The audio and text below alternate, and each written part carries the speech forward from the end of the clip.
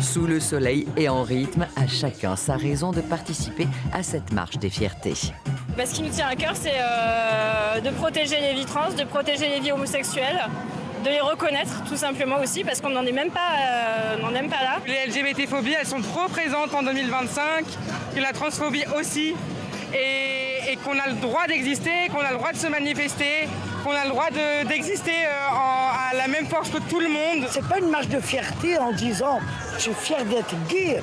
Je suis fier d'être un citoyen comme tout le monde. Lambda, c'est tout, acceptez-nous.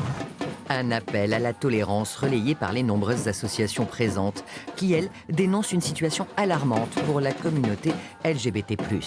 Les réductions de financement dans le milieu de la culture, dans le milieu de la santé, dans le milieu même de l'éducation, c'est aussi plein de plans sur lesquels on ne peut pas travailler. Ça veut dire ouvrir les esprits, continuer à informer, déconstruire aussi des fausses croyances sur nos corps, sur nos réalités.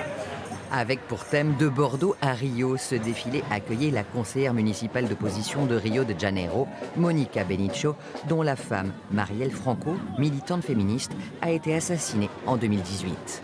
Mais do que o medo, que o conservadorisme. Il y a un conservatisme et une violence qui ne connaît pas des frontières, mais que la lutte et que la résistance ne connaît pas non plus ces frontières-là, que cette lutte collective de pouvoir être qui on est, de pouvoir aimer qui on veut, et de reconnaître l'amour comme un droit fondamental, ne reconnaît pas non plus les frontières. De amar sem temer e viver com dignidade. La semaine prochaine, toujours en hommage à Marielle Franco, une place bordelaise portera dorénavant son nom.